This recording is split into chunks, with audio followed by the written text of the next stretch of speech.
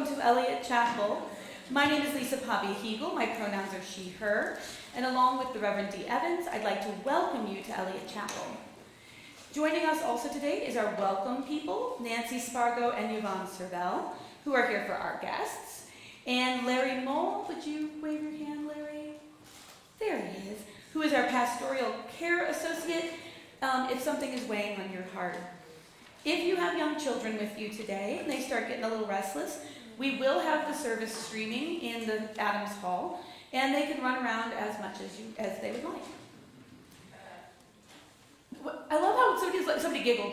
I'm like, is it because you want to go run around as much as you like? Is that what's going on? Because that could be me. Yeah, okay. I literally had the same thought, but I wasn't going to say it because I'm supposed to be serious. Okay. Also, I'm going to ask your beautiful indulgence if I have a technical error. Who's got two thumbs and walked out without her liturgy binder? It was me. And so I'm using my tablet, and me and technology don't always get along. So if you see me up here being weird, that's what's going on. Okay. As we continue to intentionally create a sense of welcome, I invite you, if you wish, to join me in our welcome today by responding with, "You are welcome here," at the end of each statement. And I'll give you a little sign. If you are an immigrant, a refugee, a person without documentation, you are welcome here. If you are black, brown, white, indigenous, APIA, whatever your origins, you are welcome here. If you believe in God all of the time, some of the time, or none of the time, you are welcome here. If you have a disability, visible or invisible, you are welcome here. If you want for nothing or struggle each day to make it through, you are welcome here. No matter whom you love or what your gender identity, you are welcome here. For this is a community of diversity and of love and of justice, and it is good to be together. Now let us enter in the spirit of worship.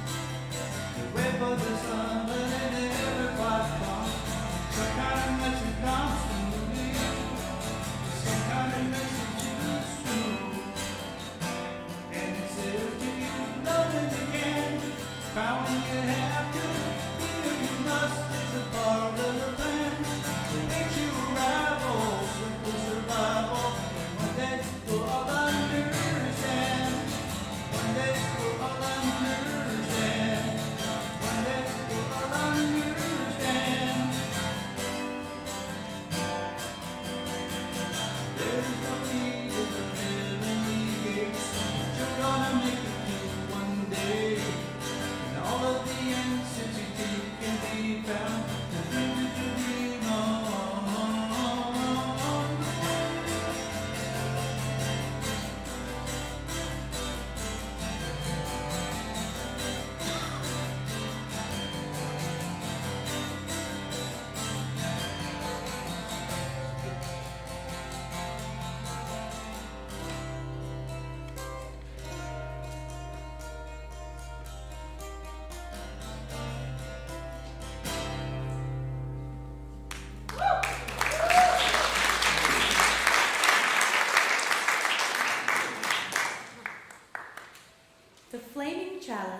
is the symbol of Unitarian Universalism. We light a chalice when we meet to signify that we are entering into sacred space. Our chalice lighting words today are by Lisa Garcia Sampson. In these wild, historic, and uncertain times, we gather to remember who we are, who we belong to, and what we are called to do. As we light this chalice, we kindle the spirit of the Great Turning, this movement for justice, alive in our nation today. May we feel it in our bones, in the stillness of this hour, and may we sense it calling our name. Please rise and body your spirit for our opening hymn, and then remain standing for our congregational covenant. 131, Love Will Guide Us, is where you're going.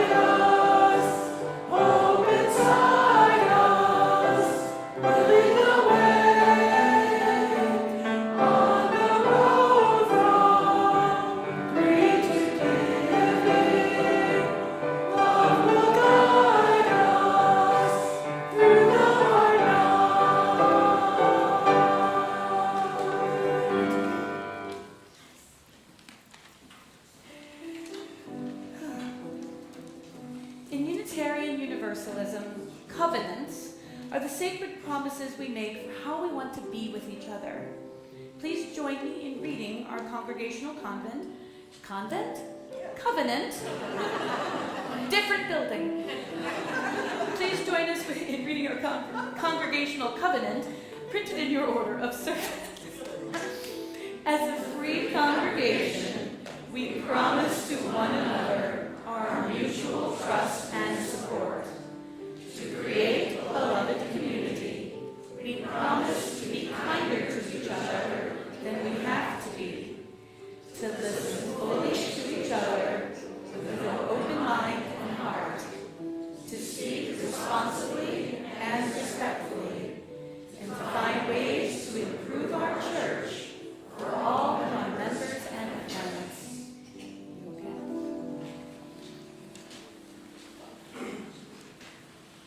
Will the children please come forward for our children's story?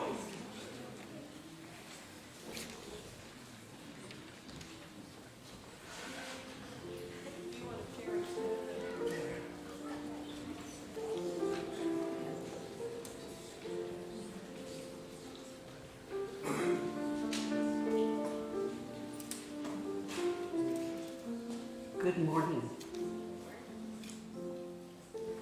The person who wrote the story I'm about to tell you uses stories from the Bible.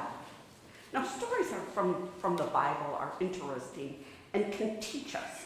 So Erica Hewitt, who wrote the story, We Are the Shepherds, uses the Bible to tell us about love.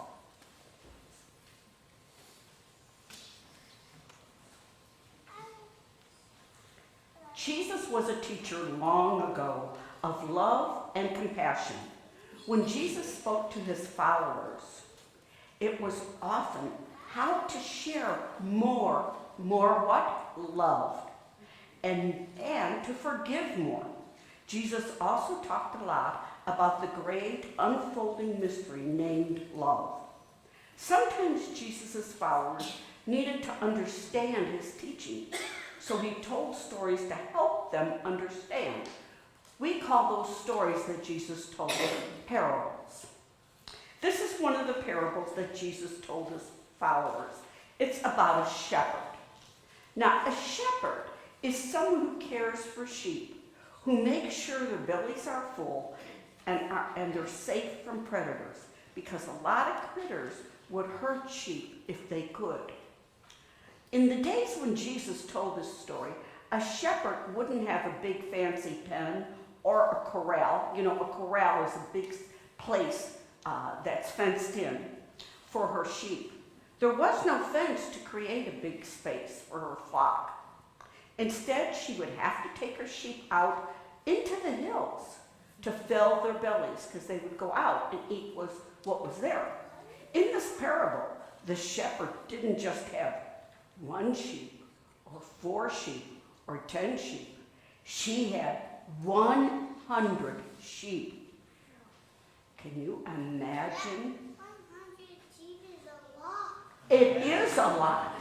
And can you imagine how stinky and smelly it would be if we filled up this whole room with 100 sheep? That's why she took them out to the mountains. At the beginning of each day, she took them out and counted them to make sure they were all there. And at the end of the day, she brought them home and counted them again to make sure they were all there. So you see, learning to count is important. The shepherd came home one night, counted her sheep, and guess what? She saw only 99 instead of 100. So what does that mean? 1 sheep was gone. That's right. And even though it was cold and dark, there were critters in the hills that might hurt the shepherd too. She left the 99 sheep who were safe at home, and what did she do? She went to find the 1 sheep. When Jesus told this parable to his followers, he was trying to tell them 2 things. First, the great unfolding mystery that we call love, that love will always love us, and it will always go for those who are left behind. Second, we understand ourselves to be a part of the great unfolding mystery called love. Many of us who are Unitarian Universalists want to be like that great unfolding mystery. We want to be love's partner and love's helper. That means we are a shepherd. When anyone else isn't safe, we notice the few who are in danger and we go to help them. Love doesn't rest and wait. Love in the form of a shepherd leaves comfort behind to be a helper. So the parable of the shepherd and the sheep is a parable about love and about being a helper. Thank you for being such wonderful listeners. And now it's time to go to class.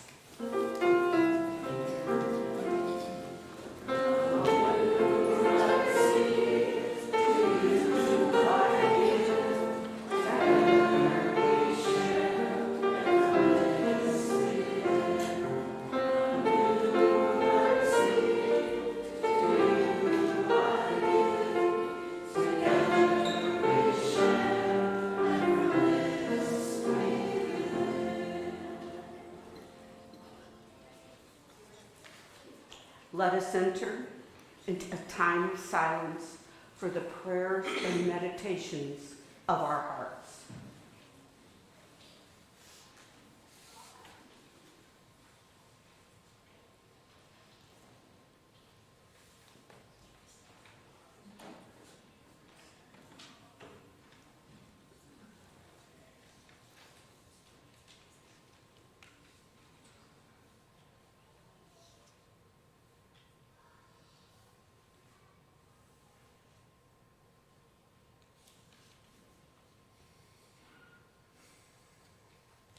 Let us speak the names of those we will hold in care.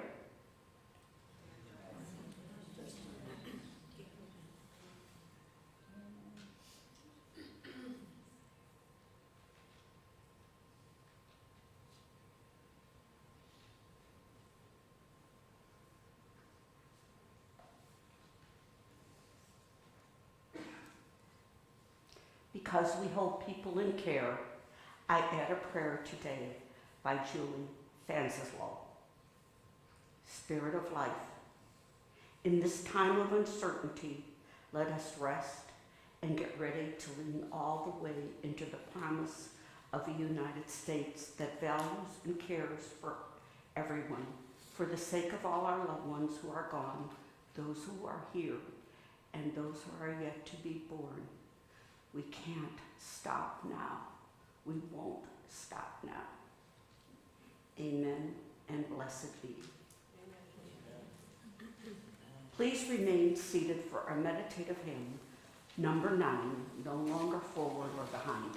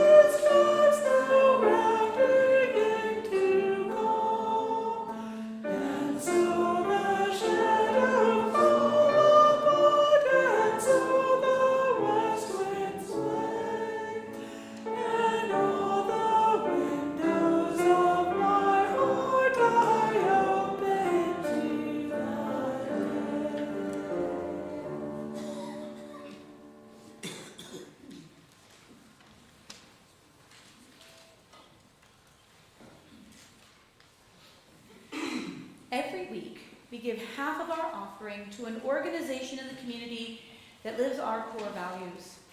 This month, our Shared Plate partner is a familiar favorite of our congregation, the Room at the Inn. We've had a long relationship with Room at the Inn. As many of you know, they provide unhoused people shelter, supply, and personal plans to help them find permanent places to live. They are doing some exciting things. They are currently renovating their current facility to provide 24 care areas for families in need, and now is an excellent time to support their efforts. You're welcome to donate through the plate or online using the QR code on the screen. There's also a QR code in your order of service. Let us be a generous people.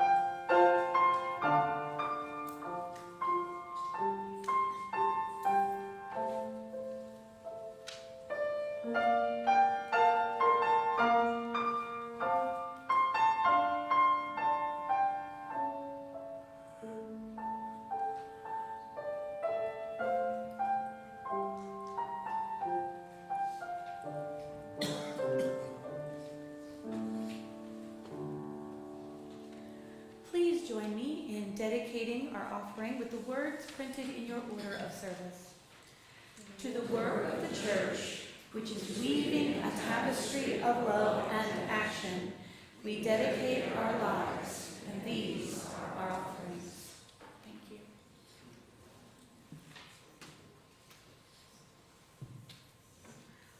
Our reading today is from Deborah Hafner, a UU minister in Westport, Connecticut. As we enter another week of uncertainty in the world, let us remember that there is only actually one side, that of humanity and that of planet Earth. May we pray for peace.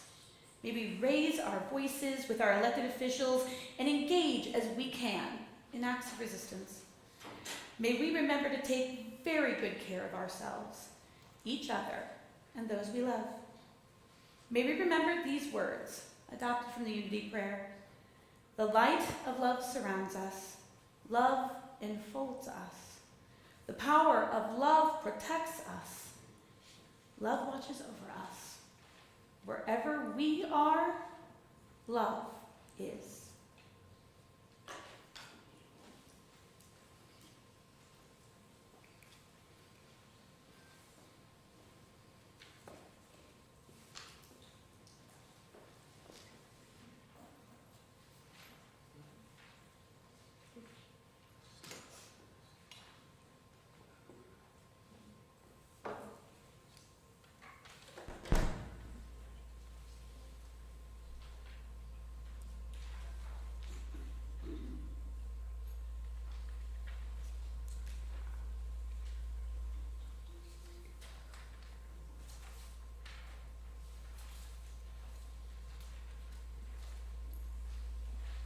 I'm getting more than feedback.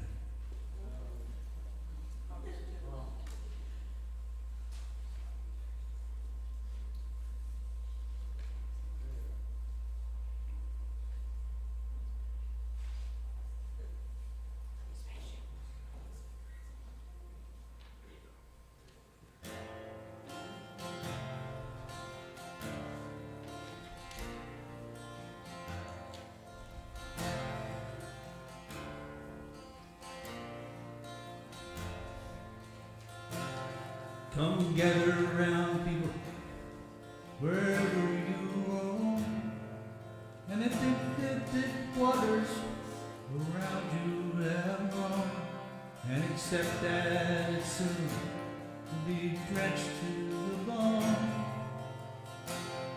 If your time to you is worth saving, then you better start swimming, or you sink like a stone, for the times they are changing.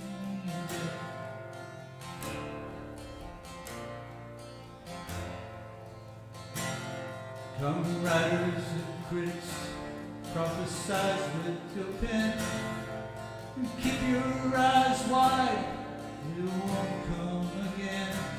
And don't speak too soon, for the wheel's still in spin.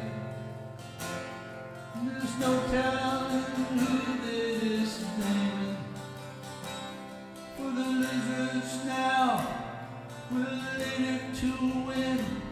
For the times they are changing.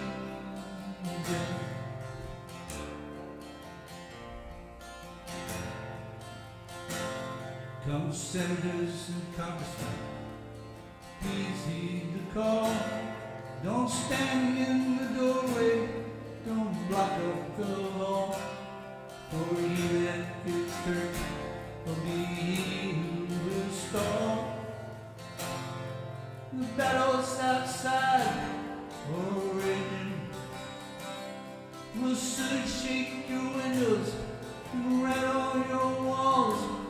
For the times they are changing.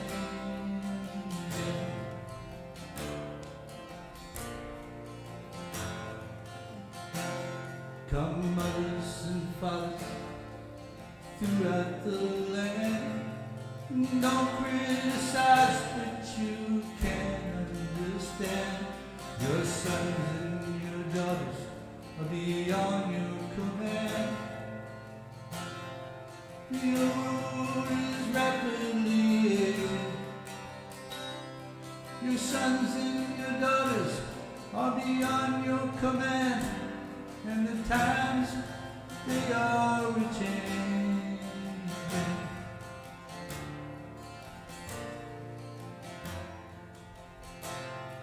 The line it is drawn, the curse it is cast.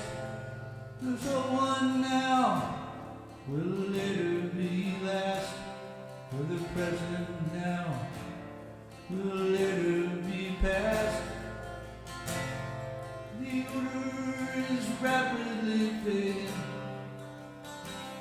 and the first one now will later be last. For the times they are changing.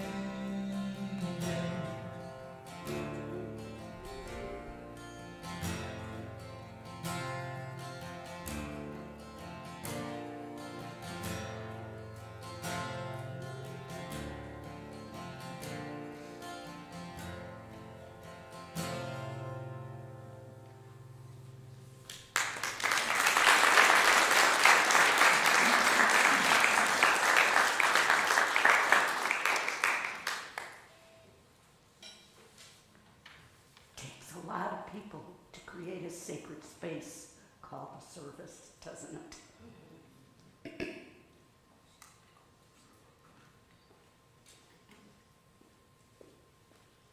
I want what I want when I want it. Is that a bad thing? I used to think so.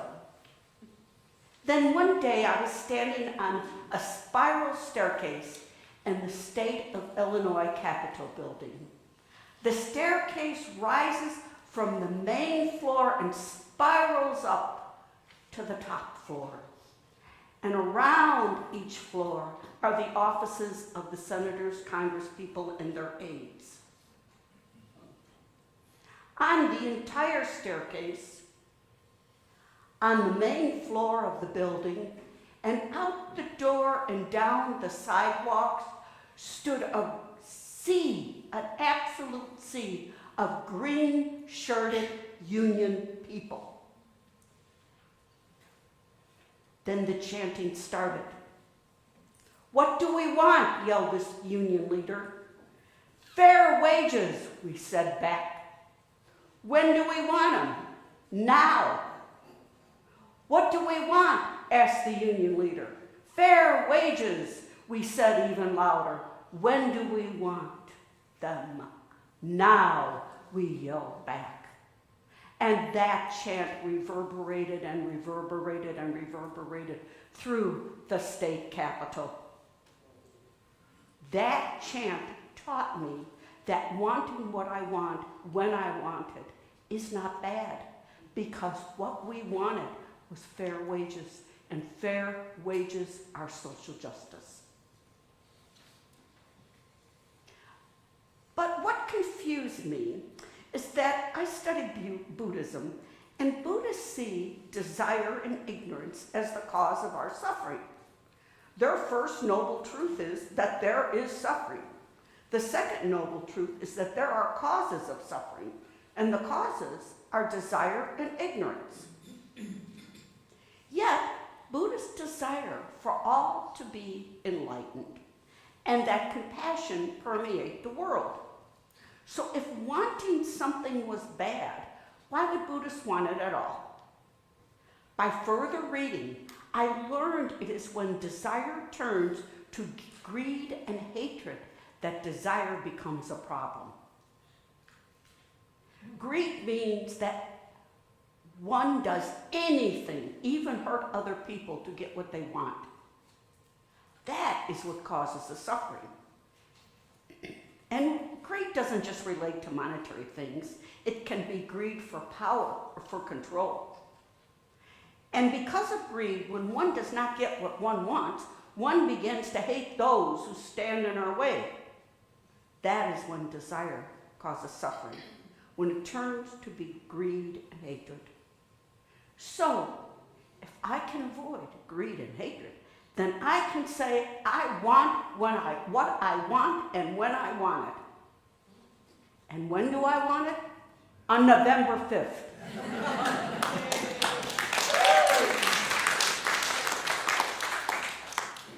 I want the election to turn out the way I want it. And I believe I'm standing in a place where we all want what we want on November 5th. Yet, we must live with the huge uncertainty that we may not get it. The election may not even be decided on November 5th.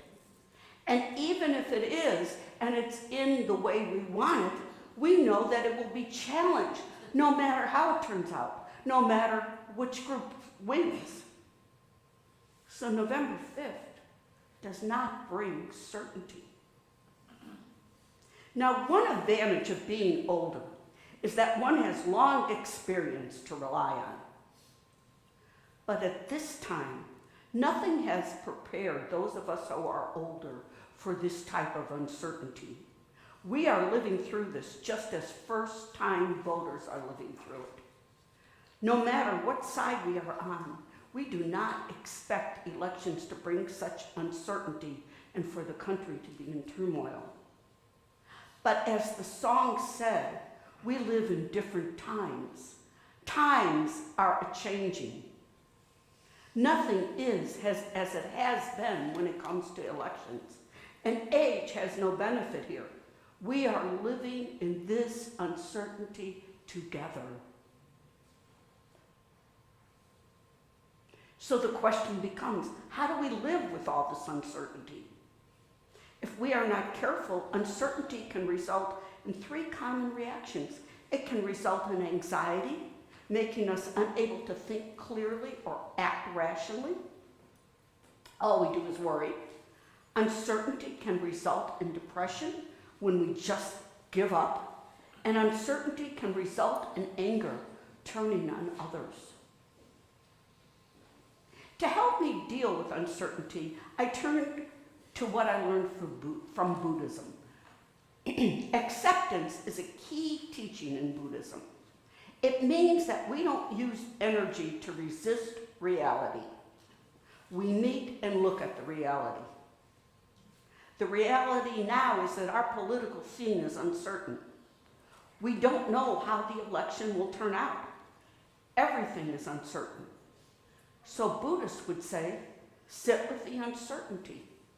Don't deny it. Just sit with it. Now, I'm not going to pretend that that's easy to do. Like everyone else, I want to run from what's uncomfortable. But why is acceptance so important? Let me give you one concrete example. I have two buddies who I turn to just as they turn to me. After reading major news feeds, I became upset. I called my buddy. I asked her, what are we going to do if everything suddenly changes? My friend said she refused to look at the news. She could not even think about what would happen if things turned out differently than what we wanted. She did not want to think or talk about it. When I pressed, she changed the subject. Now, two problems resulted from this. One is it raised my anxiety. So instead of one person being in denial and highly anxious, we had two highly anxious people. That's not helpful. The second thing is that this lack of looking at what could be meant that neither of us had any plan to deal with it. This is why we need to be able to accept what is, to be able to deal with it. When we sit with uncertainty, we admit how the uncertainty makes us feel. We do not run from our uncertainty and the resulting feelings. As I said, it's uncomfortable. But if you sit long enough, you will realize that feelings associated with uncertainty will fade. You see, we want to believe that feelings are solid and permanent. But think about falling in love. When we first fall in love, we do not see the faults of the other person, or if we do, very endearing.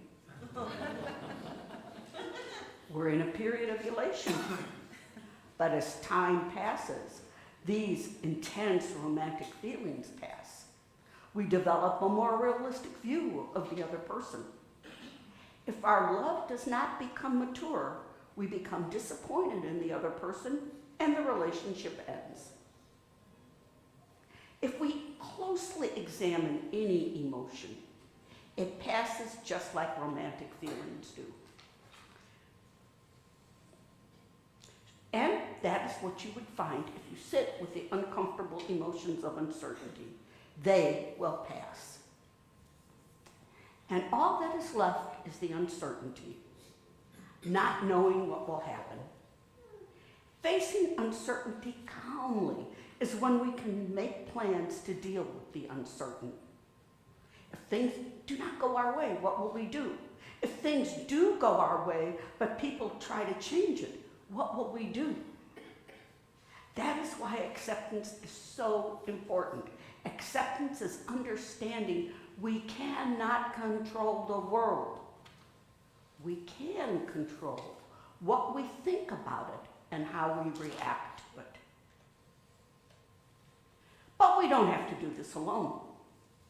The second way to deal with uncertainty is to turn to beloved community. We talk a lot about beloved community in our Unitarian Universalist world. But what is beloved community? And how can a beloved community help us deal with uncertainty? I talked about romantic love because it's fleeting. For relationships to last, we need a mature love. But the love we have for partners, spouses, children, friends can be somewhat different from the love I want to talk about in beloved community. A beloved community exists because a group of people share a vision of how they would like the world to be. That vision usually includes freedom, justice, equity, peace, having basic necessities, and the general well-being of all. Reverend Martin Luther King did not invent this idea, but he popularized the concept of beloved community. Now, Unitarian Universalists express our shared vision in our bylaws in Article 2, where we have our values rooted in love. But we need to distinguish the love of beloved community from romantic love or even filial love. Love in beloved community does not favor anyone. It is very close here to the Buddhist idea of compassion. Buddhists don't use love a lot. And when they use it, it almost can't be separated from the idea of compassion, because compassion is what we wish for everyone, the well-being of everyone. To put it simply, from another point of view, we want others to be happy. And in this type of love, we don't need to be the hero. We don't need to be the one that brings happiness to someone else. We can work behind the scenes to help bring this beloved community to the world. And we expect nothing in return. Our work is always rooted in our values. It is not rooted in how we feel about someone else, or even about how they feel about us. In beloved community, we may not like each other, but that does not keep us from working for the well-being of each other. Love in beloved community does not choose who to love. We wish well-being for everyone, and we are willing to work for it. Now that sounds great, but what does all that have to do with uncertainty? You see, my friend was not able to help with my concerns in the upcoming election. It is not that she didn't care, it was just that her own limitations prevented her from helping, as my own limitations often prevent me from helping others. But when we have a beloved community, we have more strength than one person. That is why Article 2 of our bylaws call love a power. Last week we had the installation of Reverend Krista Taves as our lead minister. At the service, Reverend Suzelle, I'm sorry, I keep saying Susan, I know that's wrong. Reverend Suzelle Lynch, in her message, said, "Love is the way." It is the way because love is a power, not a fleeting feeling. When we come together wanting others' well-being, we develop a collective strength. That is why love is the way. Like Reverend Lynch, I'm going to ask you to say out loud that love is the way. Let us say out loud, what? Love is the way. So I ask you again, so we all remember it, what is the way? And with force, love is the way. Yes, love is the way. So here we are, in this big bowl of uncertainty over the election. We can come together in this beloved community to help each other accept this uncertainty and figure out how to handle it. That is the power of coming together. And that is why Reverend Krista Taves has put together this series on democracy. We can deal with the uncertainty and know what to do to save democracy by coming together in a community. That is why I'm speaking today on facing uncertainty. And more importantly, it is why we are coming together on Wednesday, November 6th at 6:30 for a post-election Vesper service. We are coming together after the election to stay rooted in love. Again, let me repeat, that is why Reverend Krista is having a Vesper service on when? November 6th. Because being in beloved community and being rooted in love is the way we will survive in this uncertain world. Amen, and so may it be. Amen.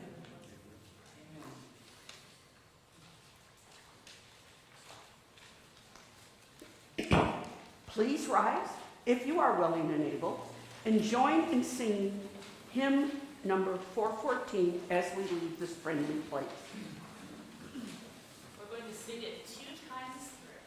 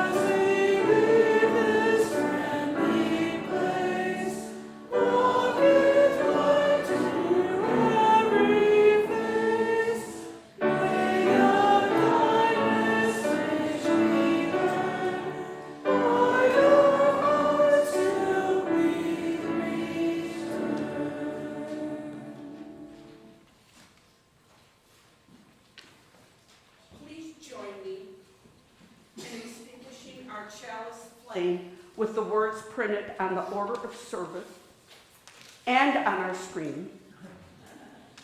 We extinguish the chalice, but not the light of truth, the warmth of community, or the fire of commitment. These we carry in our hearts until we are together again. Please be seated for one final musical gift.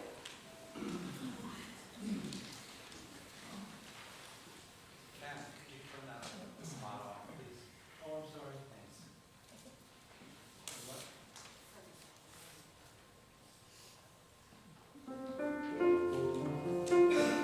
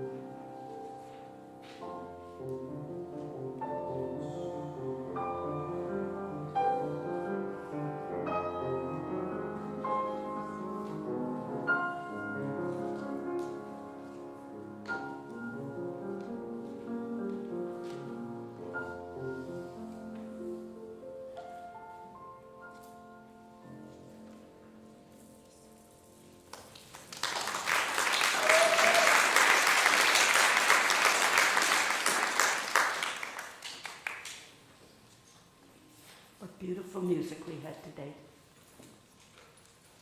Thank you for blessing us with your presence today. If you are visiting, I hope this was meaningful to you. Please fill out the guest form before you go.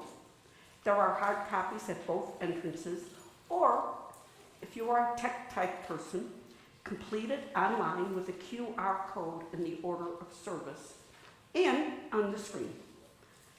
Please join us for coffee hour out those doors, and take a blue cup if you are a visitor, so we'll be sure to welcome you. Today we have something special. We have Donuts for Democracy.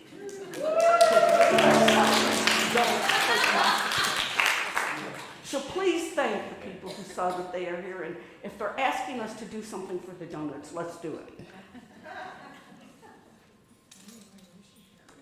And now, may the spirit of life hold you. May love bless you, and may joy find a place in your days. Go in peace. Do not forget November 6th. The service is ended.